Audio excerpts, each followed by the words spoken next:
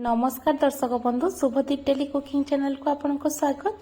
आज समस्ते जानते मार्च 20 पखाल दिवस। तो आज आम पखाल दिवस रे कौन सब होती आसतु देखा। यहाँ सुजना छुई को मसला देकी भजा होती। यहाँ आम बाड़ी रे होता मंजा से गोटे तरकारी होती मंजा आलू बैगण बोईतालु पकईकी तापर ये बैगण भजा माने लुण हल्दी लंका गुंड देकी भाजी देती। तापर लास्ट को टिके चाट मसला पकई बहुत ही बढ़िया लगे।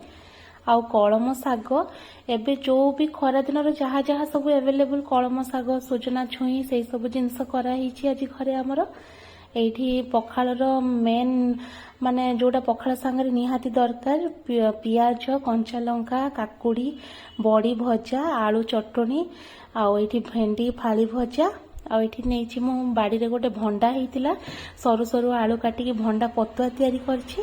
आउ आलू चटनीटा खाली पियाज सुखिला लंका भाजिकी सरसो तेल देकी दला हेछि। तो आज आमर यही सब रेसिपी हेछि पखाल सांगरे पखाल दिवस पालिया पई। आपनको घरे कोन हेछि निहाती जणेबे।